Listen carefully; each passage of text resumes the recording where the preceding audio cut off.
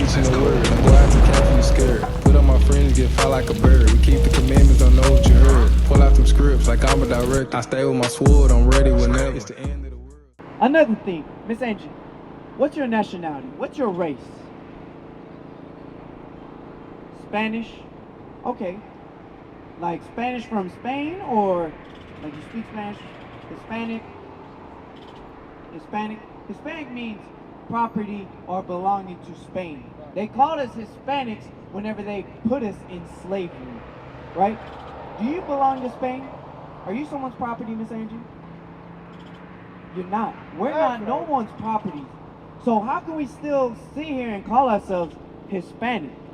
We're saying that we're still owned today. We're saying that we're still slaves, that someone still owns us by calling us Hispanic, right? Can we find the word Hispanic in the Bible? You can't find it in there, Miss Angie. I already looked. It ain't in there, right? Hispanic, Latino, Mexican, whatever name we decide to call ourselves, that's not in the Bible. Black, Native American, Indigenous, that's not in the Bible. I'm going to show you who we are in the Bible today, Miss Angie. So you don't leave here with that lie still in your mind that you're thinking that you're Hispanic. Deuteronomy 28 and 15. Then we'll jump 37. Deuteronomy 28:15. But it shall come to pass, if thou wilt not hearken unto the voice of the Lord thy God. So now this is Moses, Miss Angie. He's speaking to the 12 tribes of Israel, right? Moses went to Egypt. He told Pharaoh, let my people go. He took them out of Egypt after he parted the Red Sea, right? Let them out of the Red Sea, and now they're on the other side. He's talked to him. He said, if you Israel don't listen to the voice of the Lord God, read. To observe, to do all his commandments and his statutes which I command thee this day. He's saying, if you don't keep the commandments which God gave us, read. That all these curses shall come upon thee and overtake thee. That curses will come upon them. Is curses a good thing or a bad thing, Miss Angie? It's a bad thing. If someone puts a curse on you, that's a bad thing. Jump to verse 46. Deuteronomy 28:46. And these curses, Miss Angie, shall be upon thee for a sign. These curses will be upon the Israelites for a sign. What does a sign do, Miss Angie?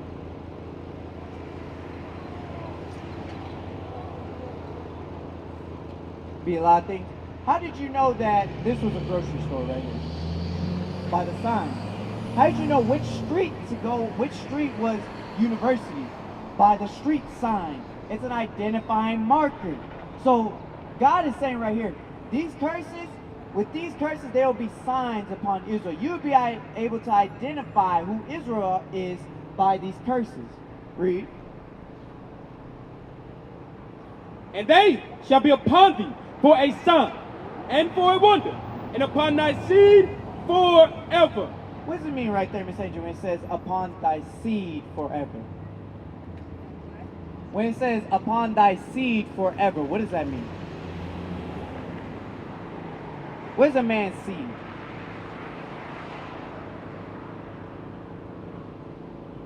It means your kids.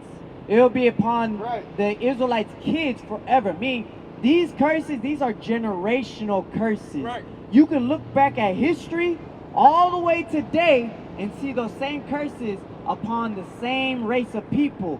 From we went into slavery 1492 all the way up to 2024. You'll be able to look at one race of people and see those same curses come upon them over and over upon their kids and their kids forever. So now we're finna read some of these curses, and I want you to tell me, Miss Angie, who they fit today. Shalom, Israel. This is Bishop Nathaniel. I want you to know that you can view all our Sabbath classes live on IUIC TV. That's right, I said on IUIC TV. Download the app today. Shalom. All right, verse 16. Deuteronomy 28:16. Cursed shalt thou be in the city. Now Moses is saying, cursed you Israelites will be cursed in the city. Now when you go to any city in America, let's look at Lubbock, Texas right here. When you look at Lubbock, who lives in the ghettos, in the worst parts of the city? What race of people lives there, Miss Angie? Poor people? Like who?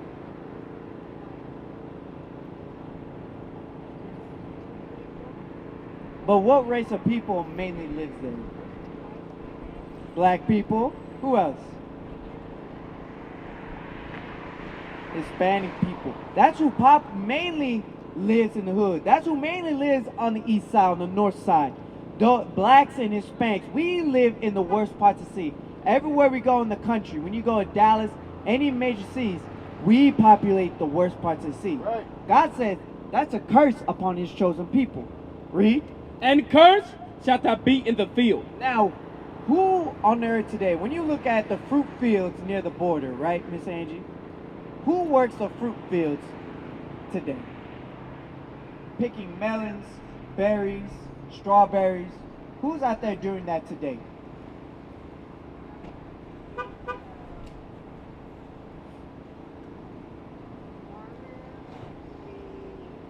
What race of people is doing that? Because there's a particular race that's out there working those fields, walking, picking them, throwing in baskets and things like that. What race of people is doing that?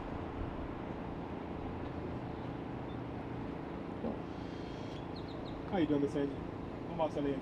All right, so the officer, what he's bringing out, he's trying to show you who we are according to the Bible, right? I got a question for you, Miss Angie. Have you ever chopped cotton? You never chopped cotton? Do you know people who did chop cotton?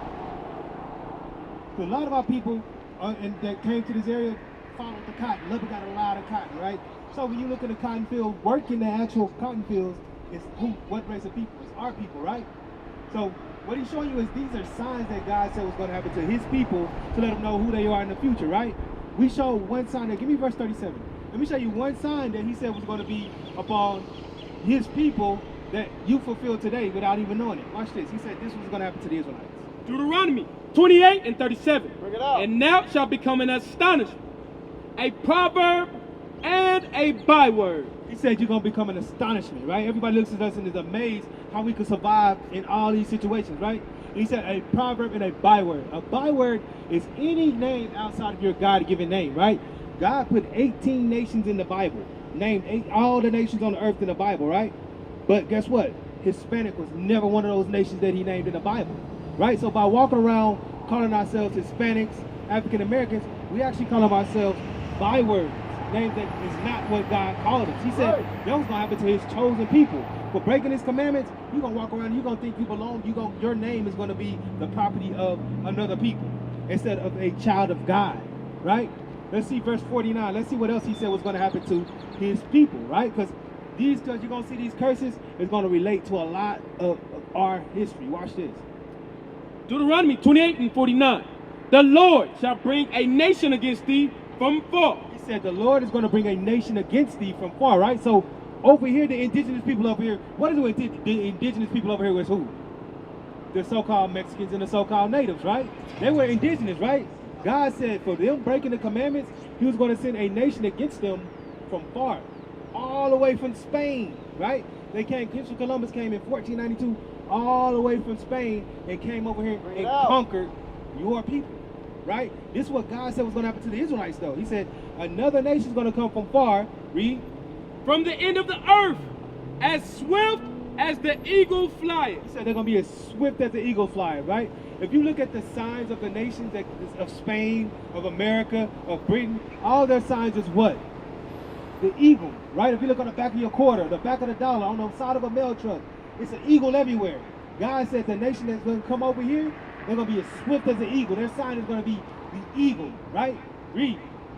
A nation whose tongue thou shalt not understand. And that's another thing, because you said you were Spanish, right? You said you were Spanish because you speak Spanish, right?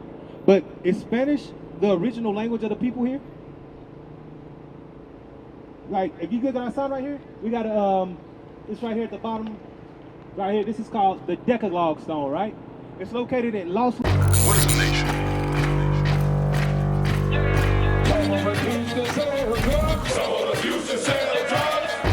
Nation is men leading by example.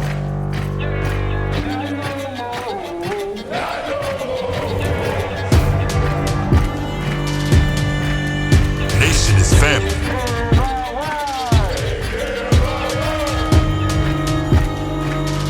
Nation is community.